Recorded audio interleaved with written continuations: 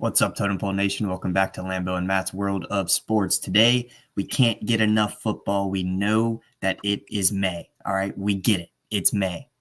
You're not going to catch us going more than a week without talking about football. Today, we have early predictions of Ole Miss, what they can do in this new-looking SEC, new teams in here. We'll have to see if our opinions differ or not. Again, these are way too early predictions, so do not take this as it's written in stone.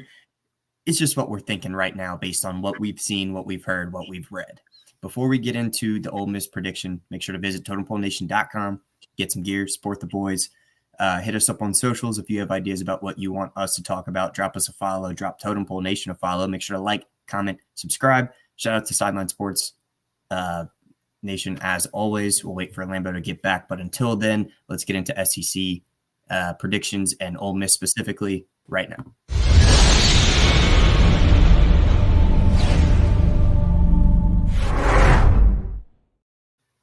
Sound good or no? Yeah, you're good. All right. It always does that at this part. But, ladies and gentlemen, I am so excited when it comes to Ole Miss and Lane Kiffin because you know why?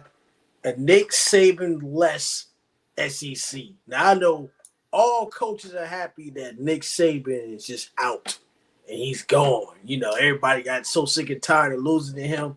But I tell you what, my pick, Ole Miss will make the SEC championship. Here's why. Number one, they were number one and number two in that transfer portal. What we said in the past, that transfer portal. Dabo didn't do a good job. He still didn't do nothing. He got 0 guys from the transfer portal, and they expect him to run through the ACC. No. Florida State going to run through the ACC. That's not going to happen. All right? Ladies and gentlemen, when it comes to Ole Miss, the schedule is very favorable. Very favorable schedule. I'm not going to say it's easy, but if you just look at the schedule, like Furman, Middle Tennessee, we're not that. Wake Forest, Kentucky, South Carolina, LSU. You know, at LSU is going to be a little tough. They beat LSU last year with the Jaden Daniels, which is, you know, great. Florida. The only concern that I have of Ole Miss is Georgia. That's the only concern that I have is Georgia. I have a feeling that Ole Miss will win 11 games. They will go 11-1, and the only loss they're going to lose to is Georgia. And it's a 12-team college football playoff. It's not 4, it's 12. So you can say, well, these teams from these conferences are going to go blah, blah, blah. Ole Miss is going to be an easily top 10 team. It's not going to be close. Number one, Jackson Dart is back at quarterback. Lane Kiffin knows how to build an offense. Number two, the transfer portal. Juice Wells from South Carolina. Woo! Man, not only that, but the defense. Oh my God, Walter Nolan out of Texas A&M, Princely and Union Amerlin. I can't pronounce the man's last name. He's from Florida. Chris Paul from Arkansas, not Chris Paul, the damn basketball player, the linebacker out of Arkansas, Juice Wells. Of course, the running backs, I think Quinshawn Jukins or whatever went somewhere. I know what the team is. I just can't remember off the top of my head. But it got Henry Parrish out of Miami, and in the secondary, Isaiah Hamilton out of Houston. They're building depth. This is a team. I'm not saying they're going to win it all. Like they're going to win the national championship. They got about a couple more, maybe one more year, maybe 2 more years to go, a little bit more depth. But they won the transfer portal, and this team is very, very scary. I'm not saying that they're going to be Alabama. You know, and look at the schedule that they announced. If I read it correctly, they don't have to touch Alabama this year. They don't have to touch Alabama this year. Yeah. Do you see how easy this is? They don't have to touch Alabama. Yeah, Ole Miss will be 11-1, 10-2 at the best. If their quarterback, Jackson Dart, stays healthy, yes. Now, injuries do happen. We've seen some quarterbacks go down, like Jordan Travis go down, and Florida State wasn't really that great towards the end, and that's why they didn't make it to the top 4 or whatever. But they need to find a backup. They need to find a suitable backup just in case if Jackson Dart goes down in the SEC, because you're adding Texas and Oklahoma in there. I'm not saying that Texas is going to run through the SEC I think Texas is going to win 7 games, and Oklahoma may win 8 or something like that because the SEC is just tough. But Ole Miss has a great chance. Ole Miss and Georgia, I think they're not in the same division, if I'm correct. Correct me if I'm wrong. But Ole Miss and Georgia will be in the SEC championship this year. That is the matchup for December. Okay, so I'm excited to talk about Texas next video because we have very differing opinions on how Texas is going to do in the SEC. But sticking with Ole Miss, we are pretty much aligned. I see them going 10-2.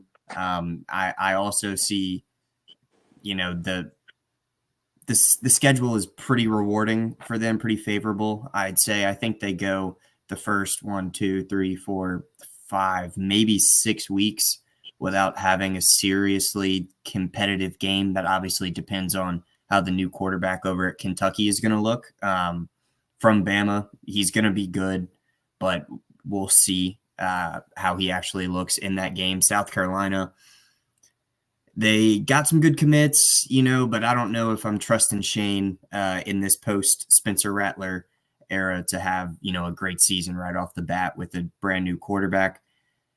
At LSU, I'm a little nervous about just because it is an away game, but I have Ole Miss as a better team next year in the SEC than LSU to begin with. So I'm giving them the edge in that. I do, however, I have them losing to Georgia, as you do, but I've got one that you're really not going to like. And it took me a little bit of convincing myself to really write this down as a prediction. But as of right now, I have them losing that Georgia game at home. And then they travel to Gainesville and they lose to Florida in the Swamp. Oh, hell no. Look. We'll get into it next video with our top 10 SEC teams, right? I don't have Florida in that top 10. I do not think that Florida is a better team than Ole Miss. But I don't know if I'm trusting Ole Miss. I mean, and this is Ole Miss of the old, right? This is last year, the year before. I get hype. I get, higher expectations. And there's always 1 or 2 games in the season. And this goes for a lot of SEC teams. There's 1 or 2 games in the season where they, go to an opponent, go to a hostile environment, and they lay an egg. I'm not saying it's not going to be a competitive game. It will be. They're a better team than Florida. But I think going off the loss to Georgia, traveling to Gainesville, it's a great atmosphere regardless of how good the team is. I'm just seeing back-to-back losses there. 10-2 is my prediction for the season. They're going to win their first bowl game in this 12-team playoff, and we'll have to see what they do after that. Daniel Barry, what's up, brother? All right. From that little prediction right there, obviously we're months and months ahead. So this is very early predictions. That's just the one game that I'm picking for Ole Miss to slip up in against an SEC opponent. It doesn't have to be Florida. It could be maybe that South Carolina game. It could be the LSU game. I just think going on the road, they're going to drop at least 1. I don't think they go perfect on the road in an SEC schedule. When it comes to making the SEC championship, it's going to be Georgia and then a dogfight because we can't just write off Bama just because they lost Saban, right? Obviously, the Saban effect is legit, and maybe without Saban last year, that team doesn't go 12-2 and make it to the Rose Bowl. They lost a lot of guys, but they're bringing in a very good transfer class as well up in Bama. So I think that Bama could compete as well. We'll get into it in the next video with Texas. I think that they're going to be competitive for that second spot. I really think that Georgia has that number 1, and maybe not even first ranked, but Georgia has one of the spots in the SEC championship locked up just based on the returning production that they have, the constant cycle of NFL talent that's in there. And it's similar to Alabama, which is why I'm not writing them off just because they're losing Saban. And I think Ole Miss can be in that conversation for sure. I just think it's going to be a dogfight between 3 or 4 teams to try and get that second spot in the SEC championship. Now, will they make the college football playoff with 12 teams? Absolutely. I'm not really questioning that. I think they'll be a top 12 team in this country. Like you said, a comfortable top 10 throughout the year. I could see them getting up into like the top 5-ish. The only thing that makes me a little bit nervous with my prediction is later in the season, if they do drop those 2 in a row, the standings could change quite a bit. So we'll have to see, obviously, but I think that they're in that conversation of 3 or 4 other teams that can make a run at the SEC championship to play against Georgia. Do I think they're better than Georgia? No, I don't know if they're gonna win the SEC championship, but they'll be competitive to make it for sure. Andrew, what's going on, brother? I'm gonna save it for the next video, but I think if they do lose, I think Wake Forest could upset Ole Miss.